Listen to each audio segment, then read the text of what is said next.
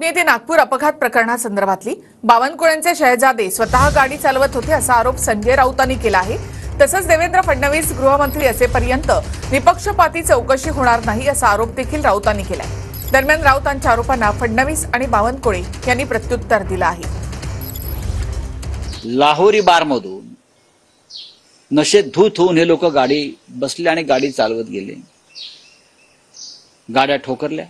स्वतः गाडी चालवत होते महाशय शहजादे युवराज, पण अपघात झाल्यावर ड्रायव्हरला बसवला आणि ड्रायव्हरचं नाव घेतलं।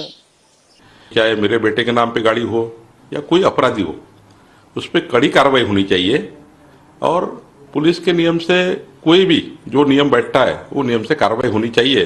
मुझे लगता है कोई एक उनका दोस्त गाड़ी चला रहा था। देवेंद्र फडणवीस, आप उस पद पर बैठने के लिए लायक नहीं हो।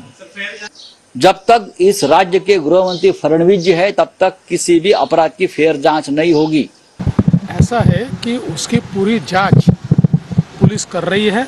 इस प्रकार से बावनकुळे जी को टारगेट करने का विचार रखते हुए उसके ऊपर राजनीति करना ये ठीक नहीं है। 3 लोक गाडीमध्ये होते, त्याच्यामध्ये ड्रायव्हर म्हणून अर्जुन हावरे, त्यानंतर संकेत बावनकुळे आणि रोनित चित्तमर हे 3 त्याच्यामध्ये गाडीमध्ये होते। त्या अनुषंगाने आपण तिघांनाही काल इन्क्वायरीसाठी चौकशीसाठी बोलवलं होतं। त्यांची चौकशी केली आहे। त्याच्यामध्ये जो ड्रायव्हर आहे ड्रायव्हरला त्याच्यामध्ये अटक केलेली होती आणि त्यानंतर त्याला रात्री उशिरा आपण गुन्हा बेलेबल असल्यामुळे पोलिसांकडून बेल देण्यात आलेली आहे।